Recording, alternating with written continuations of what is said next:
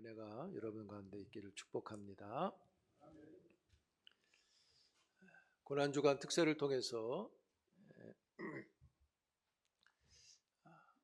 고난받는 중에 하나님이 주시는 은혜들을 우리가 살폈습니다.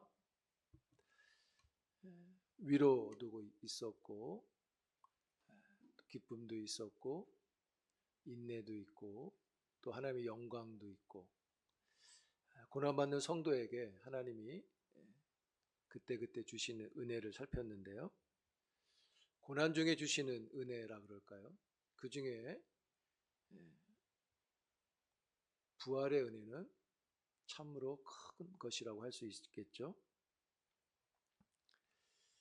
바울이 1절에서 이렇게 말하죠. 내가 전한 복음이라고 했어요. 그 복음을 전해준 거예요. 고린도 사람들한테. 내가 복음을 전했다. 그래서 너희들은 그 복음을 받았다. 이렇게 말해요. 어떤 시점에 이루어진 일이죠. 그리고 교회가 세워진 거예요. 복음을 전하고 이미 받았다 했을 때 그 복음을 전한 복음을 받았다 해서 복음이 지나갔거나 예전 것으로 말할 수 없습니다. 복음은 항상 진행형이에요. 복음이 완료가 되면 복음은 종교가 되어집니다. 바울은 복음이 종교가 되어가는 고린도 교회 사람들에게 지금 말하고 있는 겁니다. 바울은 복음이 지금 계속되는 거라고 말하는 이유가 있습니다. 그것은 2절에 보면 복음은 그냥 믿는 게 아니라 그냥 믿는 게 아니기 때문이에요. 즉 복음은 종교가 될 수 없기 때문입니다. 복음이 멈추면 종교가 되는 거예요. 그러면 이전에 전한 복음, 이전에 받은 그 복음이 지금 어떻게 믿어야 하는 것이냐. 첫째, 15장이 그렇게 말합니다. 굳게 지키는 것이고, 둘째, 헛되이 믿는 믿음을 가지지 않는 것입니다. 굳게 지키는 것은 복음이 계속 살아있는 거고, 헛되이 믿는 건 복음이 종교가 되는 겁니다. 여기서 헛되이 믿는다는 말을 하는데요. 이 말을 하는 것은 헛되이 믿는 게 가능하기 때문에 이 말을 하는 것입니다. 헛되이 믿지 말라. 그러면 무엇을 믿어야 헛되이 믿지 않는 것인가? 그래서 굳게 믿어야 할 건 뭔가 하는 거예요. 바울은 이렇게 말합니다. 본문 3절이에요. 그리스도께서 성경대로 죽으시고 그리스도께서 성경대로 다시 살아나셨다라고 말해요. 이게 복음의 알맹이고 내용인 거예요. 그의 죽으심과 그의 살아나심이 지금 나한테 있는 거예요. 그 전제는 성경대로입니다. 그래서 그리스도의 죽으심과 그리스도의 살아나심이 성경대로인데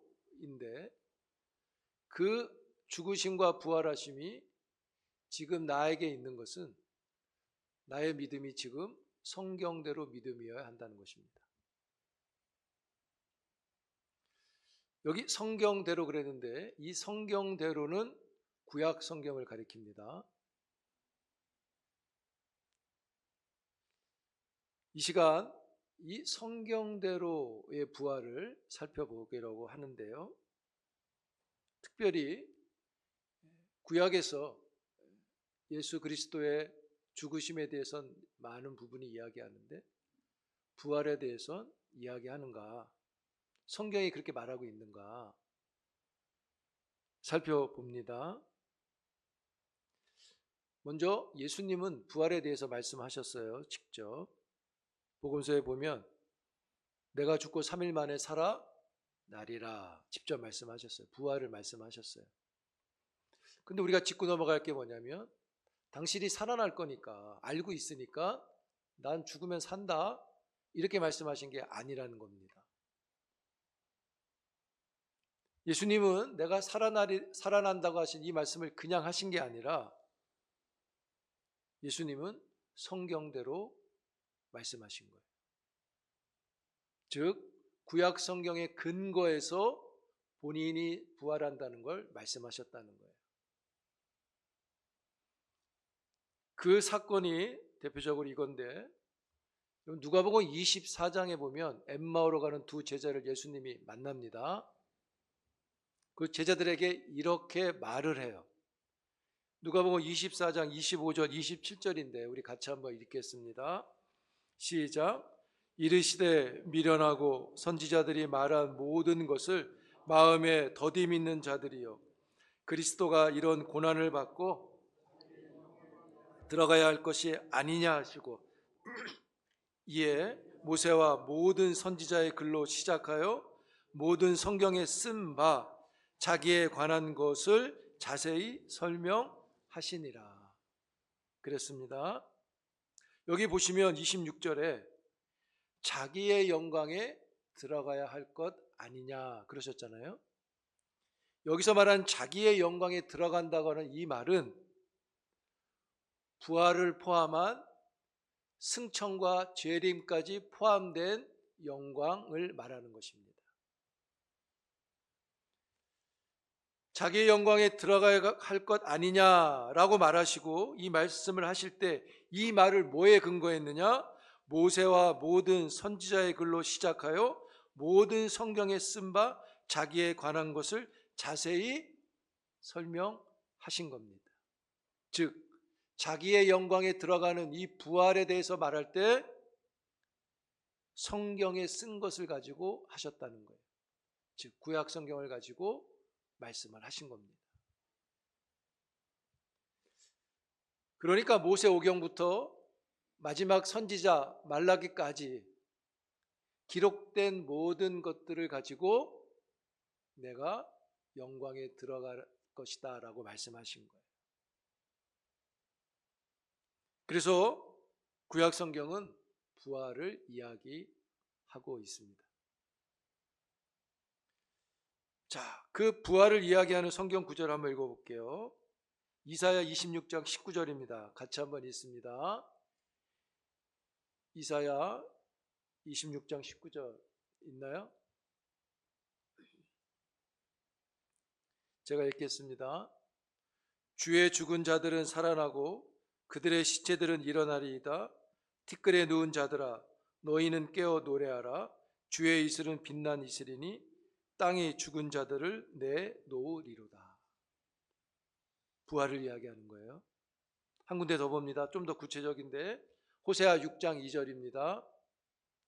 같이 안 나왔나요? 있어요? 같이 읽겠습니다. 시작. 여호와께서 이틀 후에 우리를 살리시며 셋째 날에 우리를 일으키시리니 우리가 그의 앞에서 살리라. 부활을 말하는 것이죠.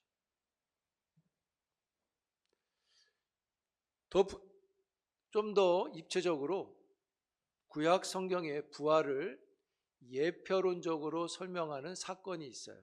여러 개가 있는데 그 중에 대표적인 사건이 부활을 알게 하는 사건이 예표적으로 있는데 그게 창세기 22장입니다. 한번 창세기 22장을 펴보세요. 우리가 보면서 하겠습니다. 창세기 22장입니다. 창세기 22장은 아브라함이 이삭을 제물로 바치는 사건입니다. 22장 2절에 보시면 여호와께서 이르시되 내 아들 내 사랑하는 독자 이삭을 데리고 모리아 땅으로 가서 내가 내게 일러준 한 산 거기서 그를 번제로 드리라 그랬습니다. 여기 모리아 땅으로 가서 그랬죠. 이 말씀은 가라 그랬는데 이 말씀은 창세기 12장 1장에 아브라함을 부르실 때 이렇게 말씀하셨죠. 내게 보여줄 땅으로 가라. 창세기 12장 1절에서 이방 땅에서 가나안 땅으로 가라 하신 것은요, 궁극적으로 사실 이삭을 바치는 모리아 산까지 가라 이 말씀과 같은 것입니다. 왜냐하면 이곳이 후에 예수님이 십자가에서 돌아가시는 자리가 되기 때문입니다. 그래서 이거를 지명으로 말한다면, 그 이름으로 말하면 이런 거예요. 아브라함이 자기 아들 이삭을 데리고 지금 올라가잖아요. 가잖아요. 어디까지 가는 겁니까? 골고다까지 가는 것입니다. 왜요? 거기서 이삭을 죽이기 때문인 거죠. 창세기 22장 2절에 보시면 이렇게 되어 있습니다. 내 아들 내 사랑하는 독자 이삭이라고 그랬잖아요. 이 말은 하나님의 아들 사랑하는 독생자 예수를 예표해 줍니다. 창세기 22장 8절에 보시면 아브라함이 이삭을 드리기 직전에 이 말을 해요. 8절 한번 읽어볼까요? 22장 8절 같이 있습니다. 시작. 아브라함이 이르되 내 아들아 번제할 어린 양은 하나님이 자기를 위하여 친히 준비하시리라 하고 두 사람이 함께 나아가서. 이것은 아브라함의 신앙의 고백이고 예언적 기도입니다. 이게 아브라함의 부활신앙이라고 할 수 있어요. 부활신앙이 있으니까 어떻게 합니까? 이삭을 드릴 수 있게 돼요. 여기 뭐라 그랬습니까? 하나님이 자기를 위하여 친히 준비하셨다. 그리고 나아갔다. 번제로 드리려고 나아간 거예요. 근데 이 창세기 22장 8절을 신약 성경이 해석을 해주는데 히브리서 11장 19절이 이렇게 해석을 합니다. 같이 한번 읽어보겠습니다. 시작. 그가 하나님이 능히 이삭을 죽은 자 가운데서 다시 살리실 줄로 생각한지라. 비유컨대 그를 죽은 자 가운데서 도로 받은 것이니라. 이삭을 바칠 때 아브라함이 뭘 갖고 있었다고요? 죽은 자 가운데서 아들을 살릴 걸 믿었다는 거예요. 그래서 드릴 수 있었다는 거예요. 그렇게 했더니 어떻게 됐답니까? 죽은 자 가운데서 도로 이삭을 받았다. 이렇게 말해요. 이게 부활에 대한 예표입니다. 아들이 다시 살아날 것을 믿고 드렸는데 다시 그가 생명을 얻게 되죠. 창세기 22장 13절에 보시면 하나님은요 이삭 대신 어린 양, 순양을 준비하십니다. 그리고 대신 제물로 순양을 드리게 하고 이삭은 죽음의 자리에서 생명을 되돌려받는 일이 있게 되죠. 양이 대신해서 죽고 이삭이 살아납니다. 이삭이 살아남은 이 일이 메시아의 살아남을 예표하고 있습니다. 이삭의 사건에서 하나님의 아들 예수 그리스도의 부활이 그대로 예표되고 있죠. 장소도 제물도 그 결과도 똑같이 예표된다는 거예요. 구약에서 부활이 예표되는 게 또 있는데 그게 뭐냐면 이스라엘의 절기에서도 예표가 됩니다. 이스라엘은 1월 14일 유월절을 보내고 1월 15일부터 7일 동안 무교절을 보내는데 이 기간 중에 첫 번째 안식을 지나면 초실절을 지나게 돼 있어요. 초실절에는 무엇을 하냐면 하나님께 첫 번째 첫 열매를 드리게 됩니다. 그리고 이 첫 열매를 드릴 때 무엇을 하느냐? 초실절에 하나님께 양으로 제사를 드려서 드리게 됩니다. 그래서 초실절에 양을 번제로 드리는 제사가 있고, 그 제사를 보내고, 즉 안식일을 지나고 첫날 첫 열매를 하나님께 드립니다. 앞에서 제사, 죄의 번제를 드리고 깨끗해진 것을 받고 첫 열매를 드린다는 거예요. 근데 성경은 이렇게 이야기합니다. 예수님께서 안식 후 첫날 부활의 첫 열매가 되셨다라고 말하는 거예요. 절기를 통해서도 부활이 예표되는 거예요. 그리고 우리가 잘 아는 요나가 물고기 뱃속에 3일 동안 죽어 있었다고 성경이 말하잖아요. 그 3일 후에 그가 살아나게 되죠. 예수 그리스도의 부활을 예표하는 것입니다. 그래서 예수님이 그런 말씀 하시는 거예요. 내가 보일 것 요나의 표적밖에 없다고 하시는 거예요. 그 말의 뜻은 뭐예요? 내가 너에게 보여줄 것은 십자가의 죽음과 부활밖에 없다, 이런 말씀을 하십니다. 그것 때문에 왔다, 이런 말씀인 거죠. 그럼 예표가 아니라 예언이 되어 있느냐? 많이 있습니다. 시편 2편을 한번 볼게요. 여러분 한번 찾아보세요. 시편 2편입니다. 시편 2편 1절에서 8절인데요. 제가 한번 설명을 풀어드릴 테니까 따라와 보세요. 예수님이 이 땅에 오셨을 때 일어날 일을 예언한 겁니다. 1장에서 8절까지 보시면 1절에 세상 사람들이 예수님이 오셨는데 헛된 일을 꾸밉니다. 2절에 기름 부은 자를 대적해요. 죽이려고 그래요.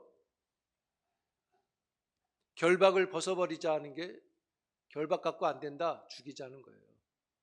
없애자는 거예요. 그래서 3절이 그렇게 말하는 거예요.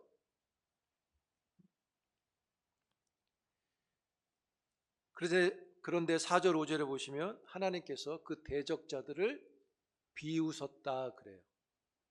진노하셨다.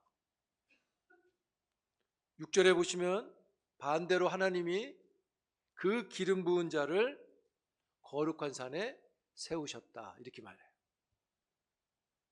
그리고 7절에 그가 하나님의 아들로 선포되었다. 8절에 그가 온 세상에 구원을 유업으로 줄 자가 됐다, 이렇게 말하죠. 여러분, 기름 부음을 받은 그리스도를 십자가에 죽였다고 해서 대적들이 승리한 게 아니라고 말합니다. 오히려 하나님은 그들을 비우셨다 그래요. 그들이 죽였지만 하나님이 그 기름 부은 자를 살리셔서 가장 높은 거룩한 산에 우뚝 세우신 것입니다. 이것이 바로 부활의 예언을 한 말씀이에요. 이 부활의 예언의 말씀을 바울은 이렇게 설명을 해요. 똑같이 인용한 건데요. 로마서 1장 4절이 시편 2편의 내용을 고백한 거예요. 같이 한번 읽겠습니다. 1장 4절입니다. 시작.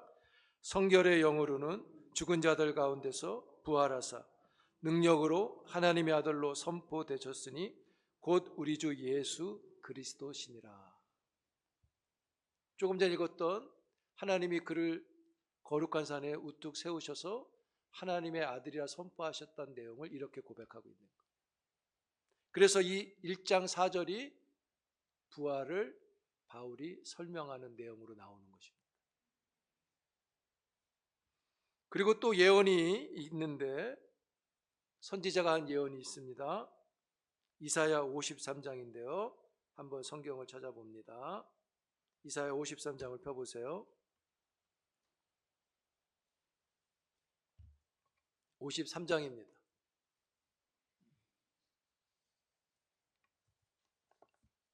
저를 보지 마시고 찾으세요. 53장. 여기 안 나옵니다. 보시는 게 더 좋아요. 그래야 이해가 빨라요. 이사야 53장 9절 10절을 좀 보면 그는 강포를 행하지 아니하였고 그의 입에 거짓이 없고 그의 무덤이 악인들과 함께 있었으며 그가 죽은 후에 부자와 함께 있었도다. 여호와께서 그에게 상함을 받게 하시기를 원하사 질고를 당하게 하셨은즉 그의 영혼을 속건제물로 드리기에 이르면 그가 씨를 보게 되며 그의 날은 길 것이요 또 그의 손으로 여호와께서 기뻐하시는 뜻을 성취하리로다. 여기 9절은 고난을 당해 죽는 여호와의 종을 말합니다.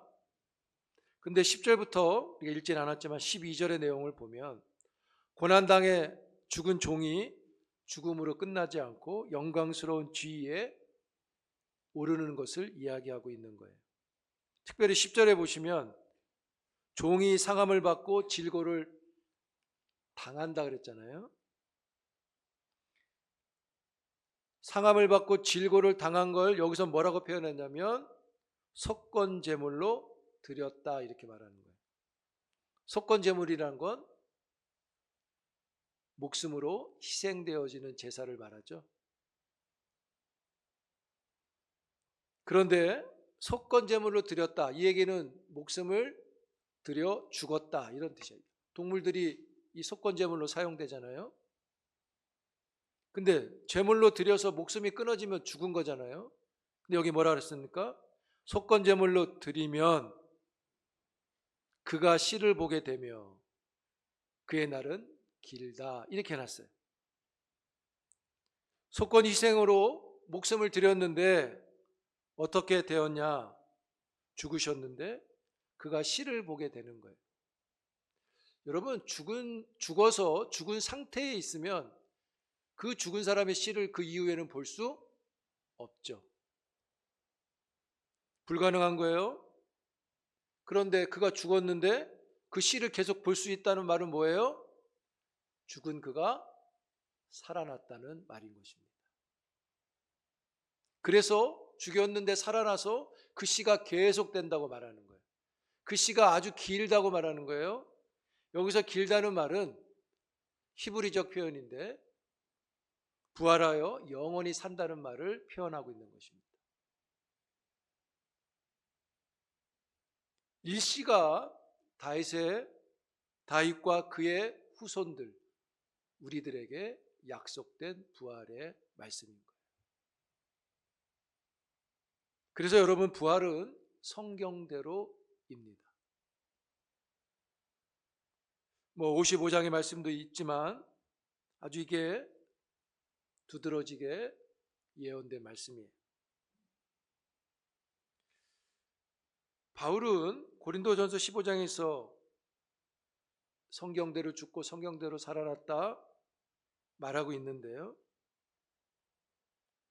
왜 고린도 교인들에게 이렇게 말을 하는 걸까요? 바울이 그들에게 이렇게 설명한 이유는 뭘까요?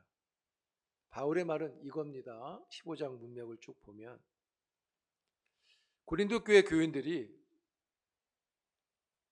복음, 즉 부활을 복음으로만 믿으려고 하기 때문인 것입니다. 무슨 말이냐면 고린도 교회 사람들이 이 복음에서 복음의 사실이 있잖아요. 죽으심과 살아나심. 이 복음을 가지고 그들이 믿고 있는데 그 복음에서 개인의 문제를 제거하고 그냥 복음만 믿으려고 하고 있기 때문인 거예요. 무슨 말이냐면 이런 겁니다. 예수가 나를 위해서 죽으셨다. 그리고 나는 이미 용서를 받았기 때문에 구원을 받았다. 그래서 음행을 해도 구원이 있고, 어떤 것들을 해도 구원에 영향을 미치지 않는다. 다만 상급에만 문제가 있다. 이렇게 여기는 사람들이 고린도 교회 안에 있었기 때문입니다. 그러다 보니까 부활의 신앙이 그들에게 나타나지 않는 거예요. 믿으려고도 잘 안 하는 거예요.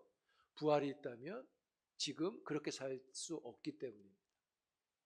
그래서 그들이 하는 게 뭐예요? 자기 배를 채우는 데 힘썼고 또 싸우는 데 열심을 냈던 거예요. 즉 십자가의 객관성, 복음이 구원한다고 하는 구원에만 매달려 가지고 자기의 주관적 구원의 증거를 드러내지 못하고 있는 것입니다. 구원은 구원대로 있고 본인들은 본인대로 있는 거예요. 그래서 끝없이 교회가 문제를 일으키게 되는 것입니다. 그러다 보니까 객관적인 복음의 구원은 여기 있는데, 성경대로 죽으시고 살아나신 것은 있는데 그들에게 성경적인 믿음은 없는 거예요. 이것만 있는 거예요. 그냥 복음만 있어요. 근데 자기에게 그 복음의 증거가 나타나지 않는 거예요. 그러다 보니까 부활의 신앙이 보이질 않는 것입니다. 그러면 주관적인 개인의 구원의 증거는 무엇이냐? 15장에서 그 의미를 갖고 있는 게 첫 열매라는 20절에 나오는 단어입니다. 여러분, 우리가 부활의 첫 열매 그러면 제일 먼저 생각나는 게 뭡니까? 예수님이 첫 번째 부활하셨고 내가 두 번째, 세 번째, 네 번째라고 하는 순서의 의미가 있겠죠. 또 첫 열매라고 하면 어떤 의미가 있냐면 보증이라고 하는 의미가 있어요. 예수님이 부활하셨으니 나도 분명히 부활을 한다고 하는 보증이 있어요. 그런 의미를 갖고 있어요. 그러나 문맥에서 보면 첫 열매의 의미는 이것을 넘어갑니다. 여러분, 아까 초실절 이야기를 드렸어요. 첫 열매를 드리는 제사. 이 첫 열매, 첫자, 이 의미는 그냥 첫 번째 걸 드린다는 의미보다는 첫 열매를 드린다 할 때 드린다의 핵심입니다. 드리는 게 중요한 거예요. 첫 열매를 드리지 않으면, 첫 열매를 거룩하게 드리지 않으면 둘째 예배, 셋째 열매 모든 게 다 거룩함이 없어요. 그래서 여러분, 부활의 능력이라고 하는 것은 세상에 있는 모든 권세를 다 멸하고 새로운 날이 되어서 하나님께 드려지는 날이 부활의 날입니다. 그래서 부활의 첫 열매라는 것은 하나님께 바쳐짐으로 그 나머지의 모든 것들이 함께 거룩하게 바쳐지는 것을 의미합니다. 첫 열매를 바치지 않으면 말씀드렸듯이 그 다음의 열매들은 다 거룩한 열매가 되지 못하는 거예요. 여러분, 날에 있어서도 마찬가지입니다. 첫날이 여기에 속하는 거예요. 유대인들의 첫날은 어떤 날입니까? 안식일이죠. 그래서 첫날인 이 안식일을 거룩하게 드림으로 나머지 날도 거룩하게 드린다는 의미를 갖고 있는 겁니다. 그래서 첫 열매는, 첫 것의 의미는 바쳐진다고 하는 의미가 아주 크게 있습니다. 그래서 부활신앙이라는 것은 죽으면 산다는 의미가 전부가 아니에요. 성경대로 부활은, 그 성경대로 부활을 믿는 사람들은 고린도 교회 성도처럼 자기 배를 채우고 내가 무슨 바다 싸우고 내 은사가 높다 자랑하는 일들을 하지 않는 것입니다. 그래서 성경대로 부활을 가지면 성경대로 삶을 하나님께 드리는 것입니다. 누구처럼요? 부활의 첫 열매로 드려진 예수 그리스도처럼 자기를 드리는 삶을 사는 것이죠. 근데 그러지 못하고 있으니까 바울이 지금 고린도전서에서 그 이야기를 하고 있는 것입니다. 여러분, 세속적 믿음은 편리합니다.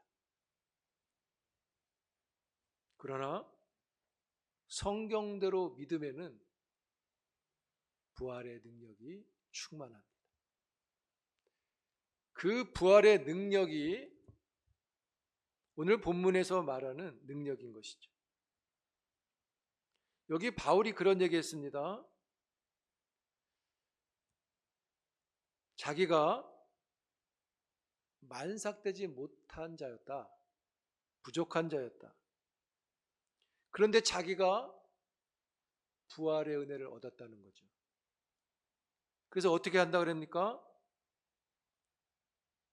10절에 보시면 내가 나된 것은, 내가 부활의 사람이 된 것은 은혜인데 그 은혜를 내가 갖고 있기 때문에, 내가 부활의 신앙을 갖고 있기 때문에 나는 다른 사도들보다 더 많이 수고한다, 이렇게 말하는 거예요.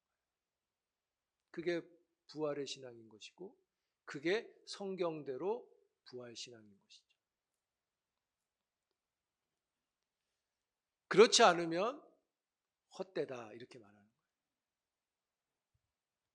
사랑하는 성도 여러분, 성경대로 죽으시고 성경대로 살아나셨다 그랬잖아요. 성경대로 믿는 우리 모두가 되기를 축복합니다. 우리도 은혜로 부활을 얻었잖아요. 그 은혜 때문에 더 주를 위해 수고하는 일이 믿음이 되는 것이죠.